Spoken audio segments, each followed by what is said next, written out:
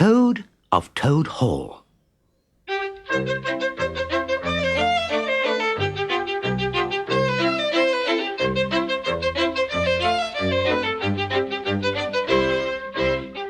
Ratty, said Mole one bright summer morning, I want to ask you a favour. Will you take me to visit Toad? I've heard so much about him. Why, certainly, said Rat.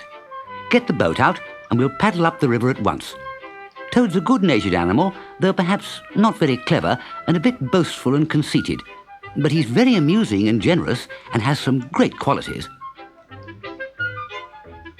Rounding a bend in the river, they came in sight of a handsome old house of mellowed red brick with well-kept lawns reaching down to the water's edge. There's Toad Hall, said Ratty. The stables are over there to the right, and that's the banqueting hall. Toad's rather rich, you know, and this is really one of the nicest houses in these parts, though don't tell him I told you. He's conceited enough as it is. They tied up their boat and strolled across the flower-decked lawns in search of Toad.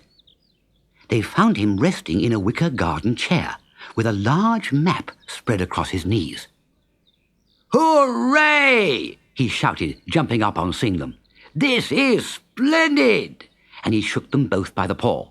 You don't know how lucky it is you turning up just now. Come with me, Ratty, and your friend also, if you be so very good, just as far as the stable yard, and you'll see what you shall see. Toad led the way, Rat following behind with a most distrustful expression. And there, drawn out of the coach-house into the open, they saw a gypsy caravan, painted canary yellow, picked out with green and red wheels. There you are, said Toad. Come inside and look at the arrangements. Planned them all myself, I did.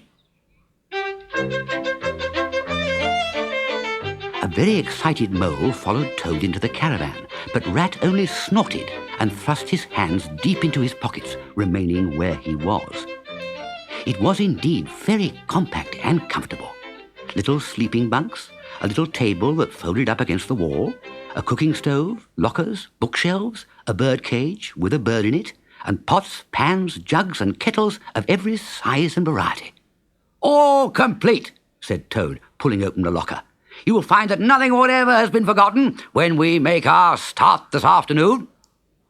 I beg your pardon, said Rat slowly as he chewed a straw, but did I overhear you say something about we and start and this afternoon?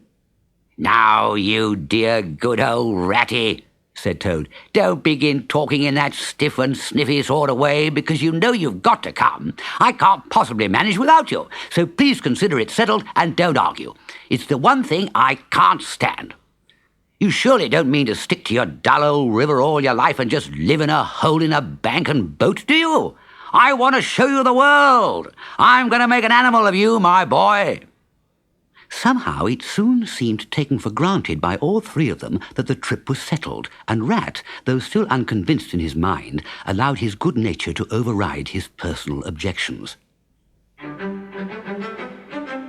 When they were quite ready, and the old grey horse was harnessed, they set off, all talking at once, each animal either trudging by the side of the caravan or sitting on the shaft. It was a golden afternoon, and rabbits, sitting at their front doors in the hedgerows, held up their forepaws and waved.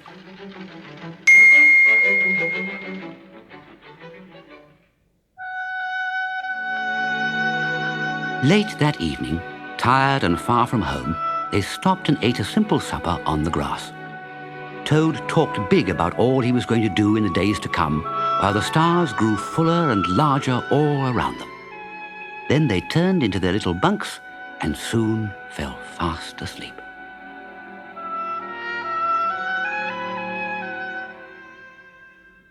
When the sun rose in the morning, Mole and Rat got up, made a fire, and washed last night's plates and cups while Toad slept soundly. And though they shook him hard and shouted, Toad just would not wake up. So Mole and Ratty trudged off to a farm to buy some butter and eggs and all the other things that Toad had forgotten to provide. After breakfast, Mole led the horse by the reins while Rat and Toad strolled along behind. They had not gone very far, however, when they heard a faint hum, like the drone of a distant bee. Then, in an instant, there was a blast of wind and a whirl of sound that made them jump for the ditch. With a loud poop, poop, a magnificent red motor car, all plate glass and shining, swept past, throwing up great clouds of dust into the air, choking and blinding them.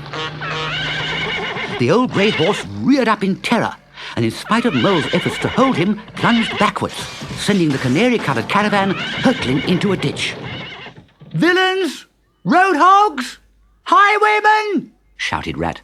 I'll report you! I'll have the law on you!" When Mole finally managed to quieten down the horse, Rat tried to set the caravan right. "Come on, Toad, you silly, conceited ass! Come and lend a hand!" But Toad did not answer a word, nor move from the middle of the road. So Rat and Mole went to see what was the matter with him.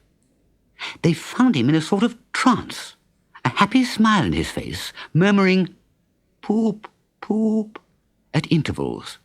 "Poop, poop. Brum, brum. Brum, brum, brum. Poop, poop." "What are we to do with him?" asked Mole. "Nothing at all," replied Rat firmly. "I know him of old. He's possessed. He's got a new craze. It always takes him that way in its first stage. He'll continue like that for days now. Never mind him. Let's go and see what's to be done about the caravan." But it was hopeless. The caravan lay shattered on its side in the ditch, its windows smashed, axles bent, one wheel off, and food and broken crockery scattered everywhere. Rat tied the horse's reins over his back and took him by the head. "Come on," he said to Mole. "It's 5 or 6 miles to the nearest town. We shall just have to walk." "But what about Toad? We can't leave him sitting in the middle of the road. It's not safe." "Oh, bother Toad." Moments later, however, they heard a pattering of feet behind them. Toad caught them up and thrust an arm inside the elbow of each of them, still staring into space and muttering something about motor cars.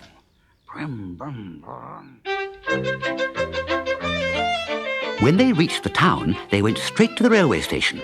There they left Toad in the waiting room and took the horse to a stable, giving instructions about the caravan and its contents. Then, catching a slow train, they eventually reached the station not far from Toad Hall. There they left the muttering, sleepwalking Toad and set off for home in their boat.